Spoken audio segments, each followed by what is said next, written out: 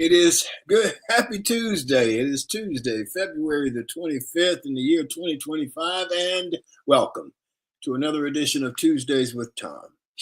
Well, the new presidential administration is creating quite a bit of, let's call it turbulence in our government and in our offices and on the streets of our country.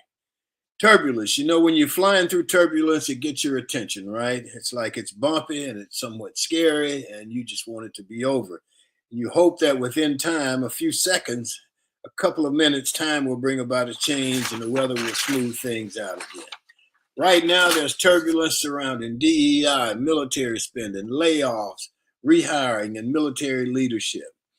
The turbulence we are witnessing was caused really by the people themselves. Perhaps time will bring about a change, but hopefully we will all see our commonality one day and quit falling for the old okey doke. You know the okey doke. Divide and conquer. Divide by race, gender, money, religion, and you can conquer them.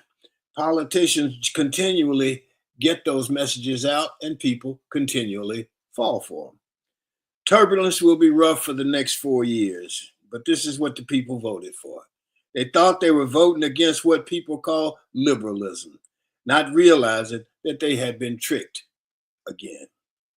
A line from the movie The Usual Suspects says the greatest trick the devil ever pulled was to convince people that he didn't exist. Sounds somewhat familiar. Anyway, our G-List guest today is a roundtable discussion that you, the audience, can participate in the chat. We hope you do. We look forward to that conversation. Our show today, of course, is sponsored by the Best Girl Consulting Firm. So let's catch up to Best Girl. Best Girl is a consulting firm that provides customized leadership, access and inclusion, public relations, communications, and organizational consulting services. Clients include Fortune 500 companies, utilities, higher education institutions, small businesses, and associations.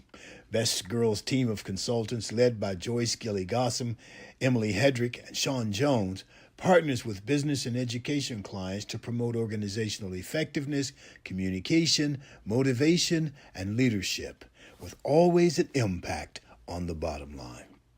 Best Girl's customized consulting services include strategic planning, corporate communication, executive coaching, fundraising, and economic development. Best Girl continues to customize the solution that fits your needs. So let's go to the round table and talk to Barbara Wallace-Edwards and Michael Walker for their comments today. Barbara Wallace-Edwards, how are you doing this morning? I'm doing great, Tom. How are you? How are you doing, Michael? Michael Walker, how are you? I'm doing well, TG. Good morning, Barbara. How are you? Good morning. I think you're on the road, Michael, aren't you? Yes, I am. I'm in the nation's capital. I'm up here with your buddy up here where all the chaos is. Is that what you and Musk got a meeting today, huh? It may be so. If so, Michael, can you please straighten him out, please? I'm you know what? I may get a chance to see Marjorie Taylor Greene tomorrow. Lord. Go to her office. That would be interesting. Yes, that's going to be real interesting. We can't wait to hear about that next week. He's a lucky man. Isn't he lucky? If you're really lucky, you might even meet Matt Gaetz. And Tommy Tuberville. That's going too far now. Yeah, we can kind of stop it right there. Yeah, we don't want to do all that. That may be too much. Yeah, let's not get carried away. Barbara, what's that? You have to laugh. You really do. You really do. Because there are parts of it that is just so sad. Yeah. And, people went out and voted for these people thinking that they actually gave a you-know-what about them. Right. And obviously they don't. And Tom, when you see all the stories that people have out there, interviews where people are saying they voted for them and now they're in jeopardy of losing their jobs. Some have already lost their jobs. Their family members are being impacted. They can't get the medical services they need. Their drug prices are going up. Eggs are $10 a dozen. it's shameful. Again, they feel like they've been duped, and they have been, because they were fed. No, they weren't duped. He told them what he was going to do. Well, you're right. They went and voted for him. Right. He said what he was going to do. Yeah. But they didn't want to vote for that colored woman. Right. Because she might do something they don't like. Now they got a whole lot of what they don't like. Right. We'll see. So, anyway. Tell me how you really feel about it. Yeah, TG. right. Talk to me, TG. Voted for it, man. I didn't vote for it. I'd be glad to tell everybody. I know that's right. Vote for him, would never vote for him. Right. And but hey, we'll see. So anyway, what else we got here, Barbara? What you got? I want to start by wishing happy birthday to a couple of people. Ingrid Lewis is a fellow Auburn alum of ours. Ingrid and I went to the Auburn versus Alabama women's basketball game on Sunday, and Ingrid's celebrating her birthday today. She's a teacher here in the Birmingham area. I want to wish her happy birthday. And my nephew, Miguel Wallace, who formerly lived in the Connecticut area, has moved to Philadelphia, he and his family, and he's celebrating his birthday tomorrow. So I want to wish both of them a happy birthday. Start by that. Yeah. All right. Yes. And one of our favorite singers, Tom, I think we're going to talk about this. One of my favorites anyway, Roberta Flack, passed away on yesterday, and I was really sad to hear that. One of the most prolific singers of our time, our day. Certain. Yes, yes. Matter of fact, I still have my album collection. I have about 200-300 albums. So I went and looked at my collection, and I found Roberta Flack first tape, and I found Roberta Flack Killing Me Softly. Oh my gosh, that's wonderful to have those in your collection. I was in my office today and listened to Roberta Flack as I go through the day, and she was awesome. And yes. I'll read this on the back of this album cover. This guy says, "For those of you who have never been to the downtown east side, get it on, sock it to them, tear out your hair, do the name, Ruby Begonia, ring a bell, go tell it on the mountain, Ebenezer Baptist Church. Roberta can take you all the way inside and clean your soul out." And God, yes, that's good. And I say she sings her ass off. Wow. Yeah. She was great. Yes. I didn't realize she had ALS. No, I didn't. Yeah, she was diagnosed with that several years ago and had been, pretty sick and suffering from that. So prayers are with her family and friends and all of her fans, because again, she was just phenomenal. Yeah, she was right here in the Maryland area. She's from the Maryland area. Oh, is she? Okay. Somebody thought she was from Georgia. Yeah, they did a report on her yesterday that I think she grew up here in Maryland. She went to Howard, said she taught at Howard too and stuff. So, okay. Yeah. But wasn't her roots in Michael? I think either she or her family, maybe her parents were from Georgia, but I thought she has the roots as well. But yeah. Probably so. Yeah. They move around. Everybody would claim them anyway, but right. That's just how that works. Right. But yeah.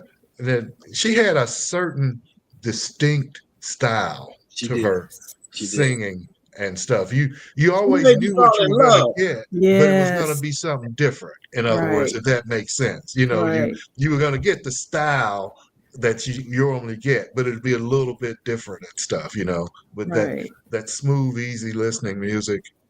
Yeah. Oh yes. This guy said that Roberta Flack made you fall in love. She was wonderful. And I told you guys about the guy when I was at Auburn that introduced me to her, Petey. Petey was a good guy. I always remember he introduced me to Roberta Flack. Wow. I can't remember the first time I heard her music, but it stuck with me. And again, I became a big fan back then, and still to this day, I'm a huge fan. So she will definitely be missed. We talked a little bit about the fight in the Atlanta airport last week, and Emily showed some photos this morning. You guys got to see it was a cowboy fight, man. They were going at it. If our viewers had seen this, Tom was talking about the fight in Atlanta Airport at the Spirit counter. I think it's Spirit Airlines counter. Yeah. It wasn't just a argument. It was a downright fight. People need to go check out the video. Yeah, it was a fight. And I love the quote by one man who says, "All I know is if y'all touch me, I'm knocking the shit out of everybody." I can't imagine what could they were smart. By the time the cops got there, they were all gone. So I'm assuming they were coming in off of a flight, maybe, if they were all dispersed and gone by the time the cops arrived. No. Well, I'm having a difficult time wrapping my head around this. And I hear what you're saying, Barbara, but normally, and I know this is not normal, it's unusual. Right. But if you are landing on a plane, aren't you normally trying to get your luggage and get on about your business? Right. So how would you have time to stop to get in a fight when you land? Yeah, and if they're waiting for a flight to leave, how did they all disappear before the cops got there if the flight hadn't left yet? So it's kind of strange that nobody was arrested. They didn't catch anyone, and with all the footage, I'm sure they had video all throughout the airport. Hey, let me tell you, somebody's hiding somewhere. And it wasn't just one or two people. There were a lot of people involved, and I can't believe they didn't catch not one of them. Well, they said it was two different groups. It was two different groups. Right? Okay. Yes. Wow. That is wild. That is it's unbelievable. How does that happen? All of that happened though. Right. They didn't catch anybody, but they on film fighting. Right. It's reported. And again, they had video, and if they were either getting on a flight or leaving the flight, they have all the information about the passengers. They know who was boarding or unboarding that plane. So I don't understand. Those people were fighting. I don't blame the cops. I wouldn't bother them either. Let them go on. They got more important things to deal with. Serious fighting, but man, that's kind of funny. That reminds me. What's the brother name that went to Auburn? Was his last real smart? There was a Q. His name Nell. The really wild guy. Was it? Gosh, which Q? one? That was a lot of them. There were a lot of them. Yeah, I know. Which one? I think it was Nims or something like that. But anyway, he was always the one getting in trouble. Always getting in trouble. Okay. And one night there was a softball game out there that he was playing in, and he got in a fight in the softball game. And so I'm told that the administrator said, I can understand how you can get in a fight in a football game. I can understand how you can get in a fight in a basketball game. But I don't understand for the life of me, how do you get in a fight in a softball game? Of all things, a softball game. How do you get in a fight in that? I don't know what that was, Michael. Was it Charles, maybe? Charles Nesby? Yeah, that's who it was. Okay. Yeah. Charles Nesbitt, because he was wild. He was always in everything. And his explanation was that, well, I'll tell you how. I slid into second base and he kneed me in the groin. So that's how we started the fight. Charles was known to stand up for himself and everybody else. Hey, I got one for you guys. This guy, sometimes it helps to be lucky. In 1885, a condemned 19-year-old young man was spared from his execution when the gallows trapdoor malfunctioned, and it did not drop him to his death. Now, this was in England. So what did they do? Well, they tried to hang him 2 more times. And each time it failed. The 3 failed hangings were considered an act of God, and the prisoner had his sentence commuted. But he still spent 22 years in prison before they let him out. I guess he was lucky in some way. Right. Are you serious? This was 92? 85. In 1885. Wow. They hung him 3 times and it didn't failed either time. That was a sign from God. He wasn't supposed to die. He was 19 years old. I bet you he was a lucky man. Yes. I wonder how old was he when he finally passed away?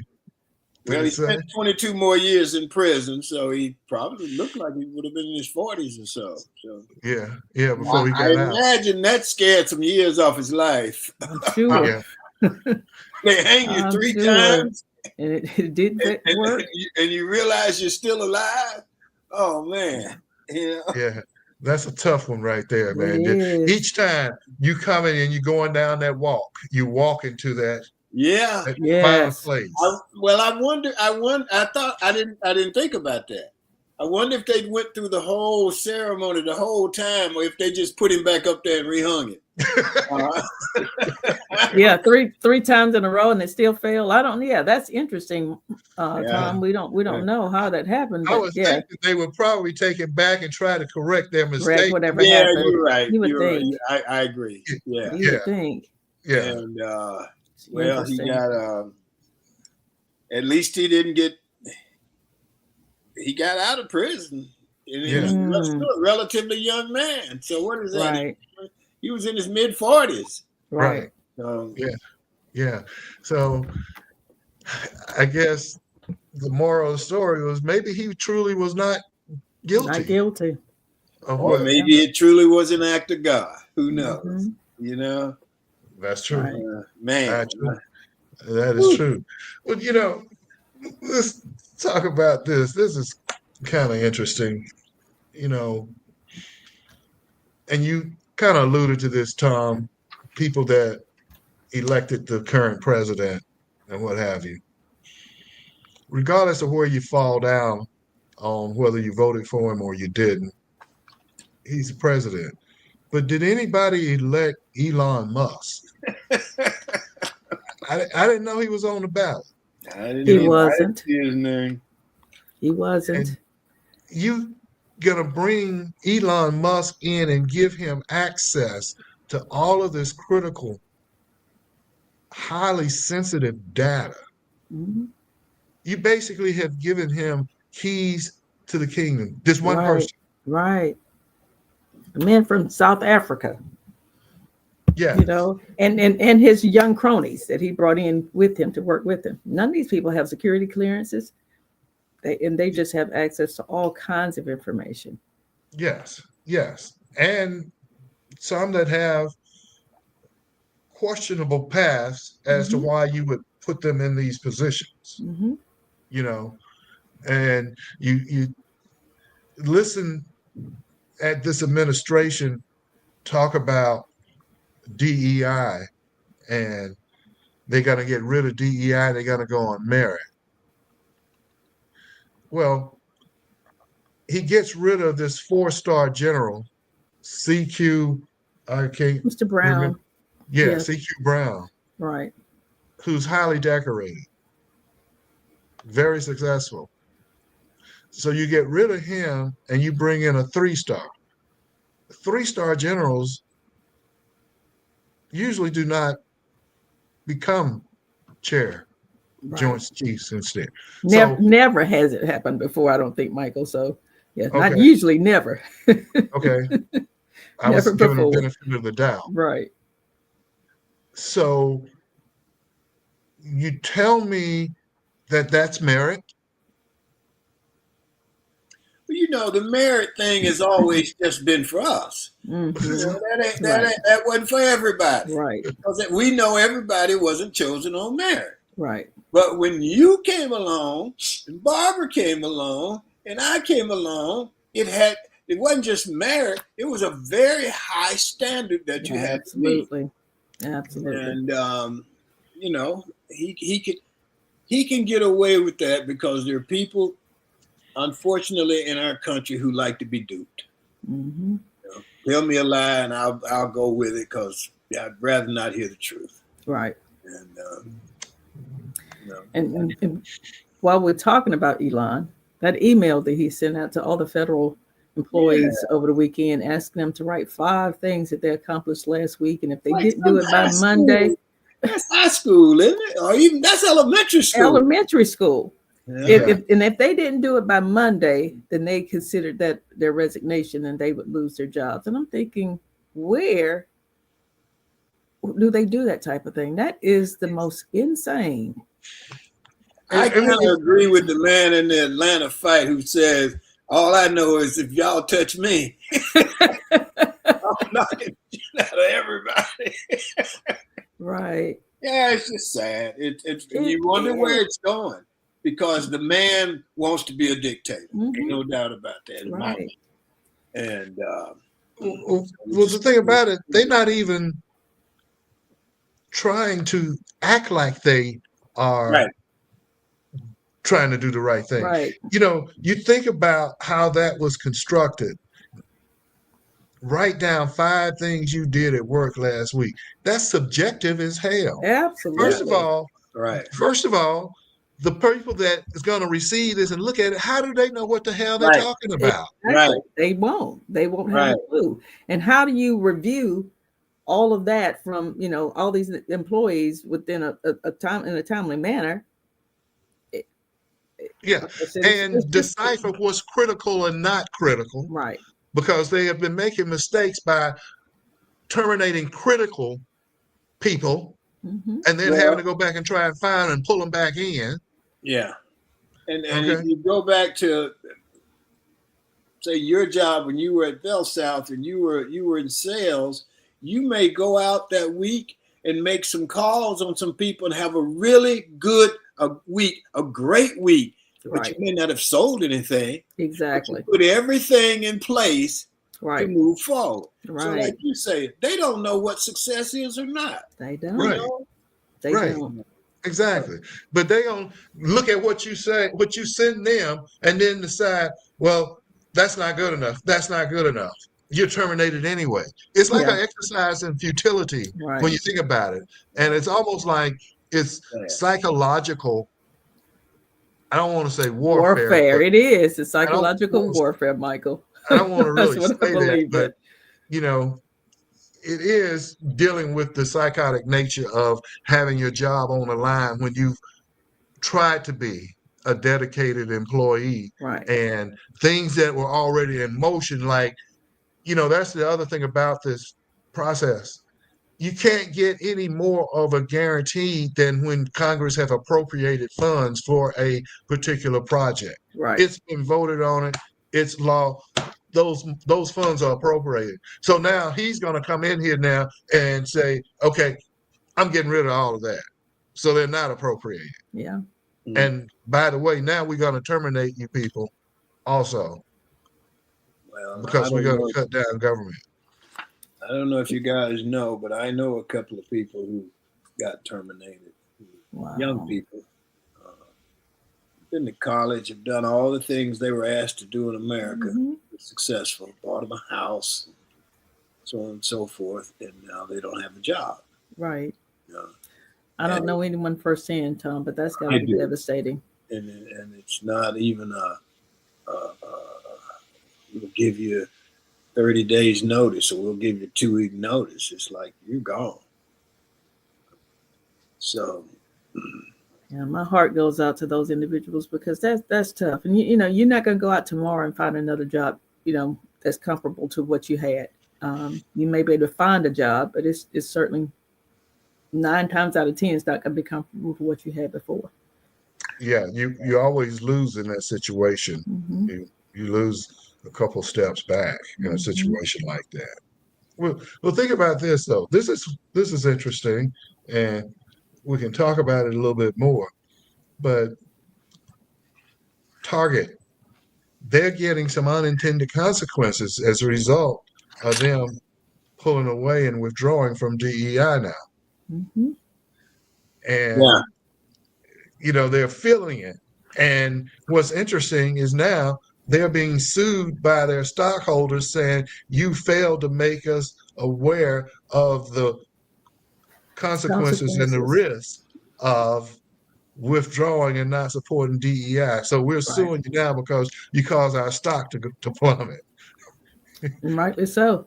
I saw a video someone submitted last week on social media where they walked inside a Target store midday on a Wednesday, and there was no one in the store. No shoppers. I mean, they're being hit hard, I think. They lost $15.7 billion in market value after their stock prices fell 22% on the 20th of November. You got to decide, are you going to go and please this idiot? Right. Are you going to do what you know is the right thing to do? Exactly. And people are doing right by punishing them. Right. I agree. And on the other hand, Costco's business is booming. They are really, really busy. And what's the difference there? What are they doing? Costco is supporting DEI. Yeah. They decided that they were going to keep in place what they had regarding DEI and was not going to let it go. So, well, I don't know, and you guys both know this, but I don't know how DEI got to be anti-marriage. Right. Nobody I know who was hired didn't deserve to be hired. Right. But you can spin a story, and some people will run with it because they still harbor attitudes that aren't conducive to us all moving forward. Right. Why don't we let Sean come in and do Got a Minute, and then we'll come back and finish. Good morning to everyone joining in with us. My name is Shantia Jones, and this is Got a Minute. Today marks the last week of Black History Month. Or does it? For me and plenty of others, we celebrate daily. There are so many things I can talk about, but for today, I'd like to remember Roberta Cleopatra Flack, an American singer and pianist known in R&B, jazz, folk, and pop, who also contributed to the birth of Quiet Storm. Her commercial success included the Billboard Hot 100 chart-topping singles, The First Time Ever I Saw Your Face, Killing Me Softly with his song, and Feel Like Making Love. She became the first artist to win a Grammy Award for Record of the Year in consecutive years. Flack frequently collaborated with Donny Hathaway, with whom she recorded several hit duets, including Where Is the Love and The Closer I Get to You.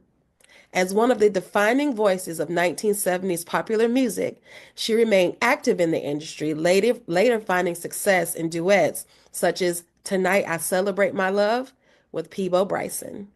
In 2020, Flack received the Grammy Lifetime Achievement Award. Rest in paradise. Thank you all for joining in. My name is Shantia Jones, and this has Got a Minute. Flack was great. Yes. Let's see, who's up next? Well, Tom, I have some history that I would like to share with our viewers. I've got a remarkable story of Vivian Thomas, the Black man who helped invent heart surgery. With only a high school education and no formal medical training, Vivian Thomas developed surgical techniques that revolutionized heart surgery. Mr. Thomas was the first African American without a doctorate degree and only a high school diploma to perform open heart surgery. The patient was a white patient with less than a college education. Thomas began his career in medicine in 1930 in the laboratory of Dr. Alfred Blaylock at Vanderbilt University, where Blaylock trained him as his surgical assistant. Due to racism, Mr. Thomas was ineligible to be a student or faculty member at Vanderbilt in the 1930s. Although he did the job of a laboratory assistant, they classified and paid him as a janitor because of racism. Mr. Thomas's intelligence and outstanding ability as a researcher and surgical assistant was so impressive that Dr. Blaylock requested that Mr. Thomas follow him to Johns Hopkins University in 1941. Mr. Blaylock became chief of surgery at Johns Hopkins University in Baltimore, Maryland, insisting that Mr. Thomas be hired for his team. They worked together on treatments for high blood pressure, traumatic shock, and in the 1940s, Mr. Thomas himself led the team which developed a surgical treatment for the blue baby syndrome. And despite racism barriers, Mr. Blaylock and Thomas worked as partners in conducting pioneering research for heart surgery. Again, this is something that I had never heard before. So there is so much history out there that we don't know about. And this is one of those that I wanted to highlight today, Mr. Vivian Thomas. Okay. That's amazing when you think about the barriers to him just being what his gift from God was, so to speak. Right, right. You know, just think about that. That was his gift from God, and all the barriers that he encountered in just simply taking advantage of the gift he was granted. Absolutely. Only because of the color of his skin. That is. Yeah. Well, another civil rights legend I would like to talk about for a minute is Fred D. Gray. Yes. Fred Gray from Tuskegee, Alabama. Fred Gray, we all, the three of us went to Auburn. Right. We all went to Auburn basically as part of integration because there were very few black students there. And Mr. Gray got the first black student into Auburn.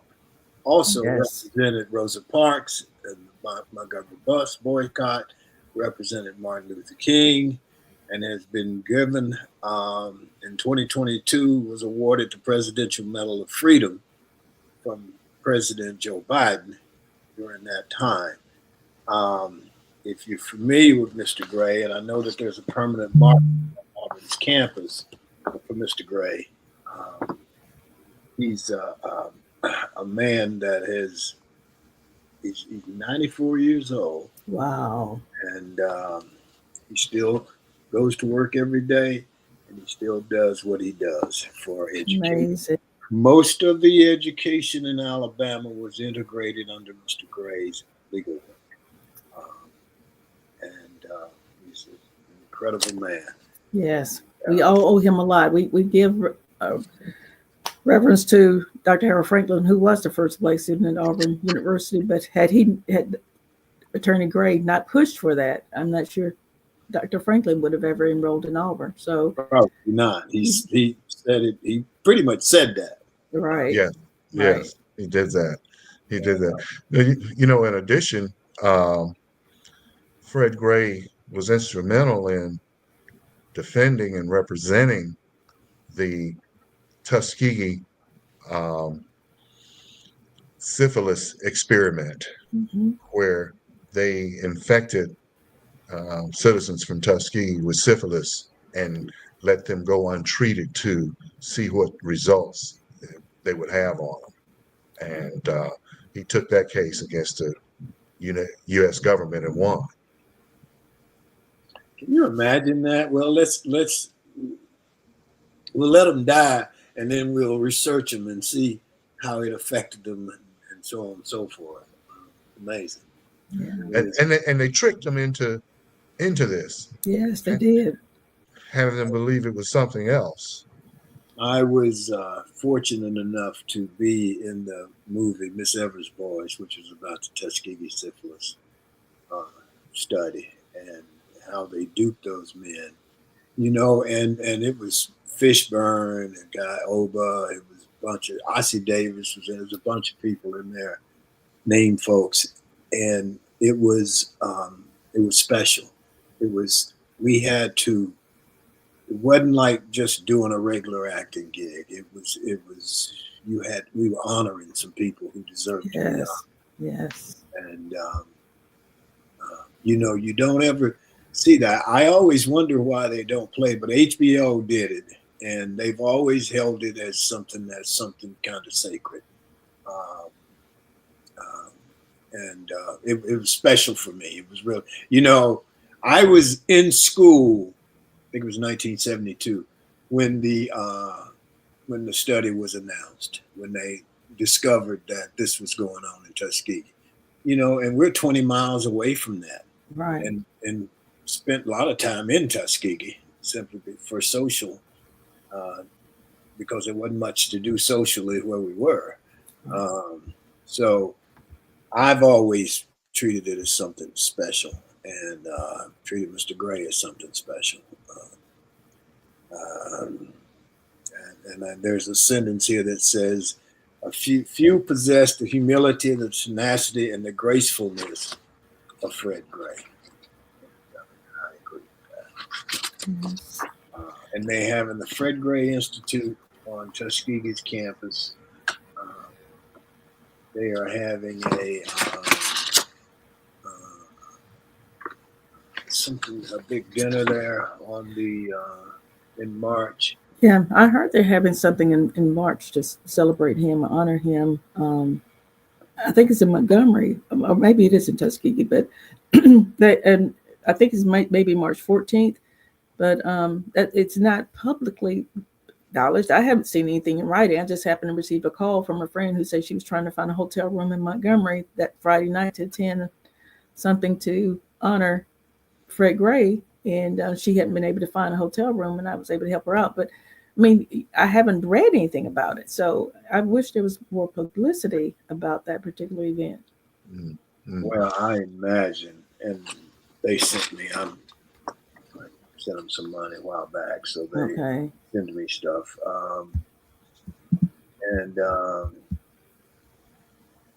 This is what will happen that day. I'm trying to look and see where it is, but I just assumed it was in Tuskegee. Yeah, it may be, Tom. Maybe she was going to stay in Montgomery and drive over to Tuskegee. That's possible. Well, I don't know. Are there any hotels in Tuskegee? I don't think so. Not anymore. There used to be one on campus, but I think that one closed. Yeah. So they have to go to Auburn or probably Montgomery. Yeah. But you guys, tell me what you think about Trump and the Ukraine situation. Now, this war has been going on for 3 years, and we all sat there and saw the film of Russia driving their tanks over to Ukraine to begin this war and starting it. And the president comes out and says Zelensky never should have started the war. Mike, you can't make this stuff up. I mean, he says he never should have started the war. You shouldn't have done that in the first place, and that they're going to have to give up certain parts of Ukraine succeeded to Russia. The other day, NATO, I think it was NATO, they voted to sanction Russia and to acknowledge that Russia started the war, and the U.S., via Trump's order, refused to agree. They declined to sanction Russia or vote against Russia.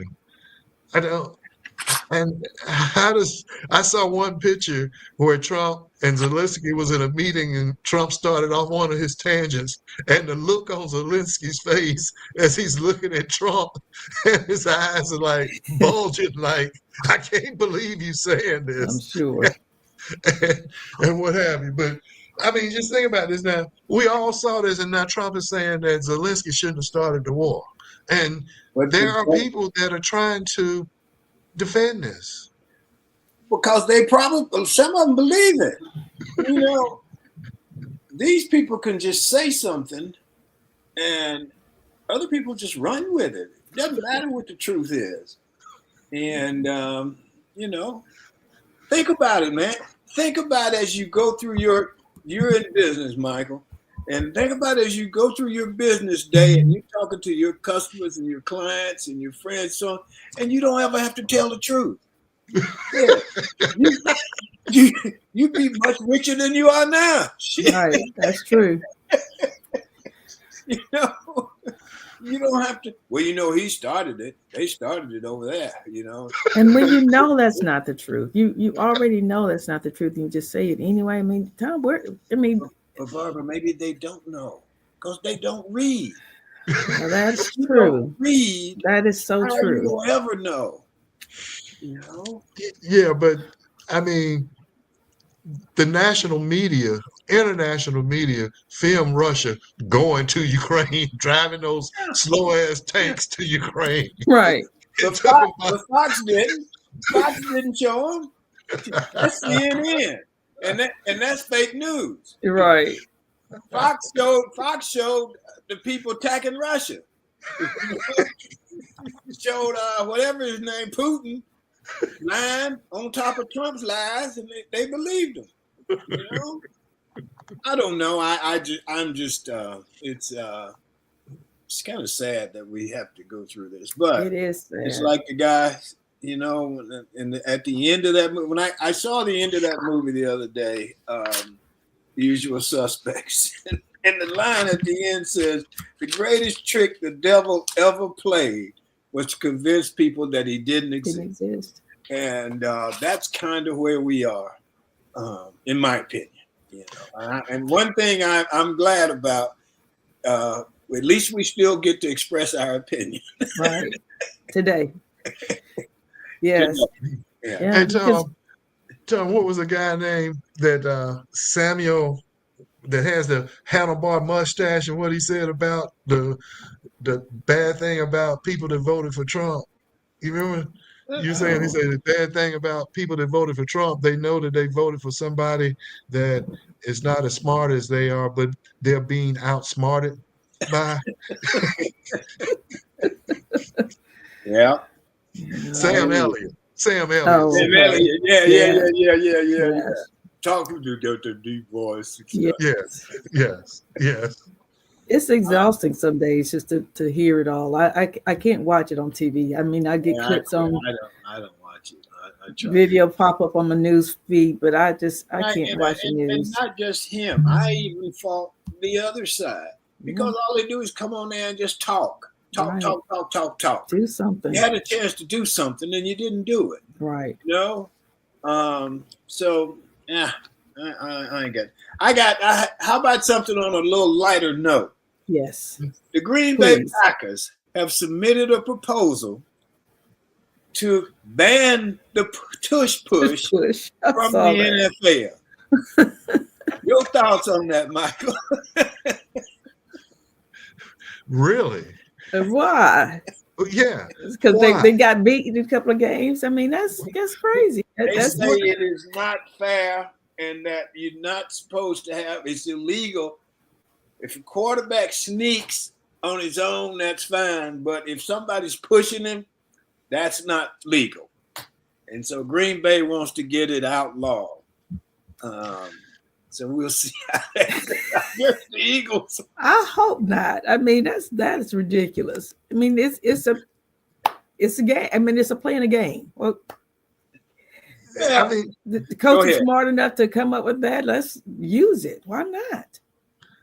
Well, I just don't understand why you want to go to that extent to try to stop it. Just stop it on the field. They'll stop doing it if you stop it on the field, the way I look at it. Right. Well, and get a defense that can stop that.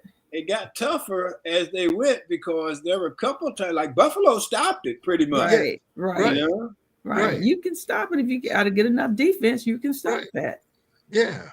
So why not just stop it on the field? Why go try to get the laws changed? To me, that's kind of like a kind of weak way out of it, you know. Exactly. And you're talking about, you know, the supposedly the most macho game there is. Right. Okay. And you want to go and try to use a rule change to stop a play on the field. That just seems so anti. I don't know how do you put it. It just goes against the grain of being competitiveness. Exactly. Yes. Stack the box and stop them from making the play. That's all you have to do. Yeah, I don't get that. That's kind of. And the other thing I think where it has some legitimacy is, you know, Hurts is so strong, man, in his legs and in his upper body. You know, he lifts all those weights. Right. It's hard to stop him. Right. Once he's down in that crouch. Right. And he squats 600 pounds. Right. He squats 600 pounds, Tom. Yeah, no. That's what I'm saying. So It's tough to stop him. And especially once they started, they quit just going up the middle. They picked out a weak spot. Right. And so he'd go to the left, you know. Right. I think part of the game.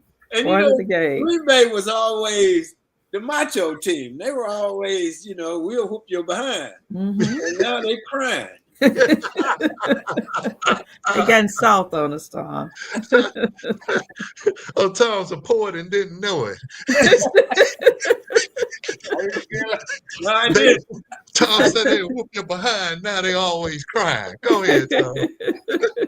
I didn't even realize it.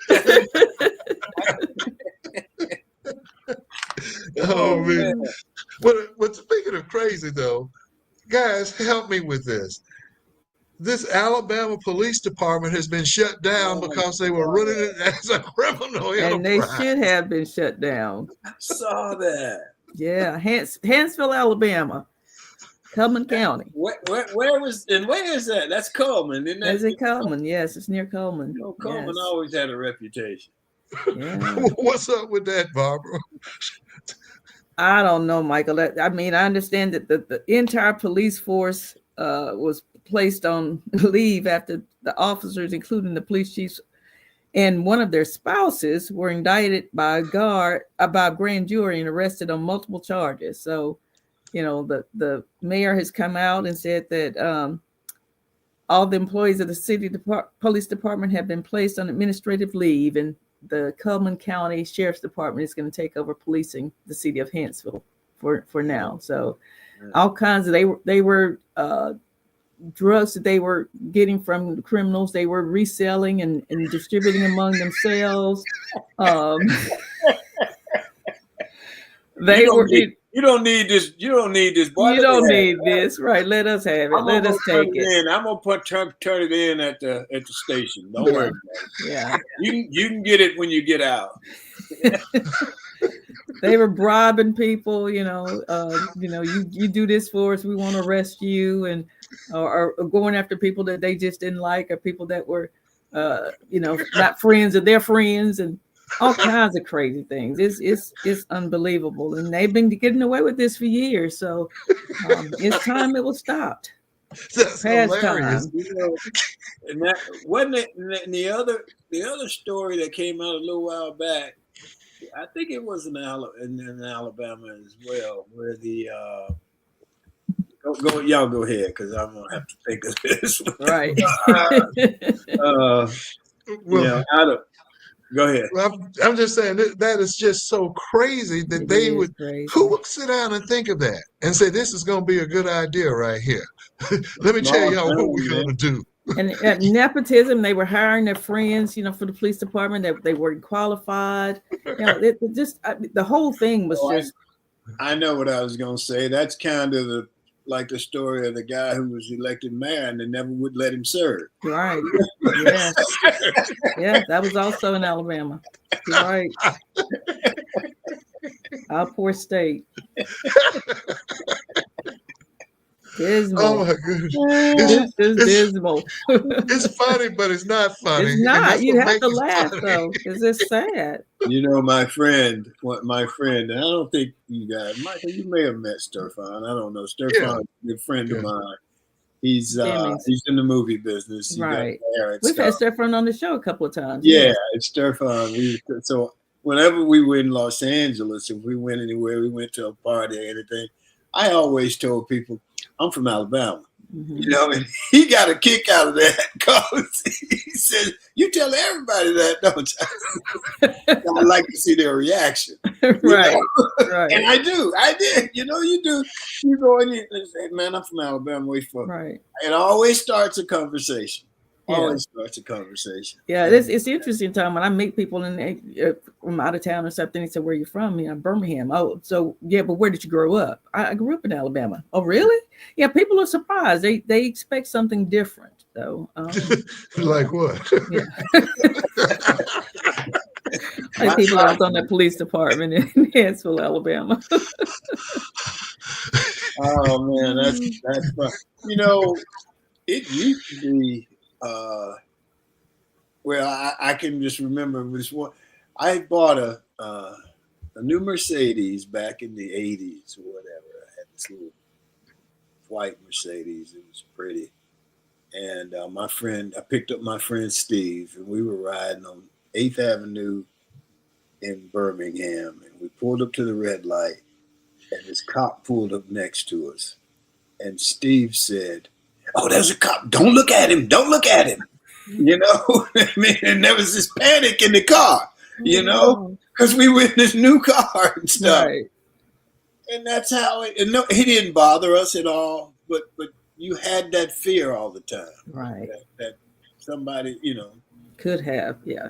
Something could have happened. Because you're driving a new car, you know. And then if they just happen to drop a bag back there or something like that, you know, right. Plant something on you. Yeah. I got stopped one time on my way to Atlanta, and I was late for an audition, and so I was driving too fast. And this car pulled in behind me, and it was a little sports car, and it did, and they sat the little blue bubble up on the dashboard. They pulled me over, and they got out, and they were dressed just like I was, you know, and they didn't show me any badges or anything, and they started going through my car and searching my car and asked me to open the trunk and going through and I said, "Well, how do I know y'all ain't gonna put something in here, man?" Right. You know, I don't know you guys. You guys don't know me. And right. They did about a 30-minute search of my car, and then they went and got in their car and drove off. Wow. They never gave me a ticket or whatever.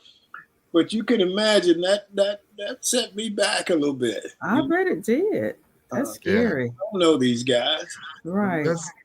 And pulled out on the highway back there too. Probably wasn't all Yeah, it was on the freeway. Yeah. But they just got out and just started searching the car. They got out and they came up to the window and told me to get out. And when I got out, they got in my car and started searching. You know? Oh, wow. Hey, what y'all doing? You know, I didn't want to, you know, get too upset. Too rowdy. I didn't want to get knocked in the head. Exactly. You know? And where was this? It was in Georgia or in Alabama? Into Atlanta. I was on my way over for a job. So, yeah, that's scary. Yeah, it was crazy. So, I mean, I can understand how people would have those feelings. Yes. Yeah. I got stopped one night coming out of Montgomery. I had been up there, and I shouldn't have been up there that late. It was about 2:30 in the morning, and I was going fast, and I got pulled over outside of Montgomery, and he didn't come to the car. He stood back there and told me to get out of the car. When I got out of the car, he flipped a little thing on his gun. And I said, wait a minute, officer. You know, I hadn't done anything. You know what I said? You know what I said in defense? I got a job, man. You know? That's right. That's right. Don't kill me out here. Shit. I don't blame you. I gotta go to work in the morning. I don't blame I can understand how people would have those feelings, especially with those guys, because they were criminals themselves. Right. Yeah, just imagine being in that environment, living in that city, and this is your police department, and they're running a criminal enterprise. Yeah, absolutely. And so probably most of the people knew it. Mm-hmm. Yeah, of course they did. You know, right. And so, were the criminals their buddies too, or how did that work? I mean, you know, the criminals that are robbing somebody, you know, of course, they may be robbing with the police too. Yeah, they've been working for them. You never know. The judges, I mean, the judges know that these guys are crooked, and so when people come before, sounds like they were all working together, Tom. And I again, because they said this had been going on for years, so somebody was finally brave enough to stand up to them, and yeah, it's a good thing an outsider didn't go through there. You know, they probably did. Imagine being an outsider and going through there. Yeah, I don't know. Feast on you. I would love to. I didn't get the details as to how the investigation got started, and maybe it was an outside person that went through there and something happened to them. But that would be interesting to go back and look at to see what actually started the initial So investigation. are they going to be jailed? I didn't follow what. Right now, they're just on administrative leave, so probably with pay. I don't know. I haven't heard any updates as if they're going to be charged with the crimes. I would certainly hope so, which means they potentially could go to jail. But right now, they're not in jail. Yeah. Okay. You guys got anything else? Quickly, I just want to ask you guys your opinion on who do you think is going to be the National Player of the Year in basketball, college Player of the Year. And it's I understand it's close between Janai Broome and Cooper Flagg at Duke. Janai's at Auburn. I know who gets my vote, but just curious as to what you guys are thinking right now with basically 5 or 6 games left in the regular season. Let Michael answer. I don't follow it that close. Okay. Yeah. They're nip and tuck. I think I would have to follow the way of Janai Broome, not because I'm an Auburn alumni, but I think from a standpoint of what he means to the team, right? Addition to what he does on the floor. In other words, right. That's where I would give him probably the edge, and the fact that he's really a old school type post player, in other words, but to be able to lead the team in assists, rebounds, and points, right, playing an old school power forward center position in this day and time, that's spectacular. That's major. Yes, it is. Yeah. Because this is the time where you run and gun and all that type of stuff, and you got your stretch 4 and your stretch 5s, meaning they go out and shoot threes and stuff. And he has been able to develop a 3-point shot. Oh yes, and that he can hit.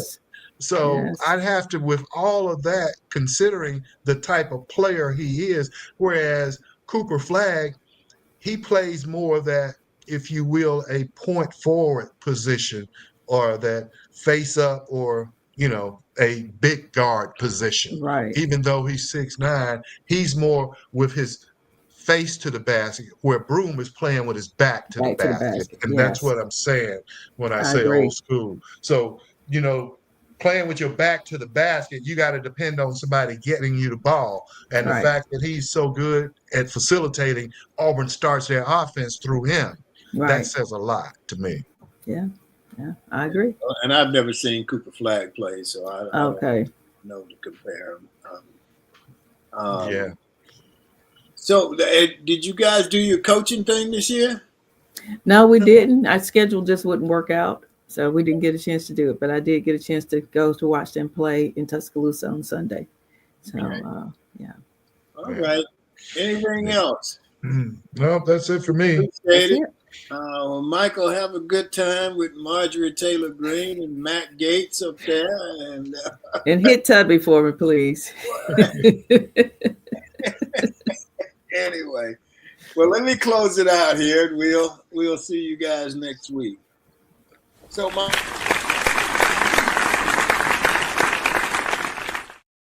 see it. Are things as bad or as confusing as they actually seem? Or is it, as the Temptations sang back in the 1960s, it's all a ball of confusion?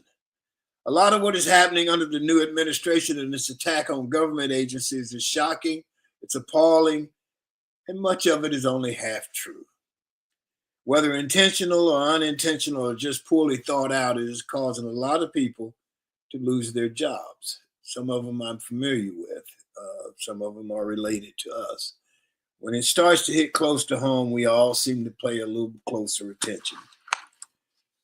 Sometimes don't let it get you down. You can feel better by reminding yourself that things have always technically been worse. The era of the 1960s saw a president assassinated, his brother assassinated on his way to being president, civil rights leaders assassinated. There was a very unpopular war going on, and civil rights was fought for in the streets of our cities. So yes, things may have been worse than the wannabe dictator. At least right now, he's only a wannabe, but if we don't pay attention, he'll end up trying to be a dictator. So we have to wake up and stop allowing ourselves to be divided by those who don't care about us. They don't give a shit about us, about race, gender, government, DEI, and anything else that can be used to divide people. All those are code words for division. We have to stop being divided when it only benefits the few. We should know by now that division is a losing formula, and it will probably get worse before it gets better. And that's our show for today. We want to thank the audience. We appreciate you. Thank our Michael and Barbara for their comments. Thanks again to the rest of the TWT team, Sean, Emily, and Joyce. And that's it for this February the 25th and New Year 2025. Remember, a day without a smile is a day wasted. Enjoy yourself. Make every day count. Stay safe. Peace.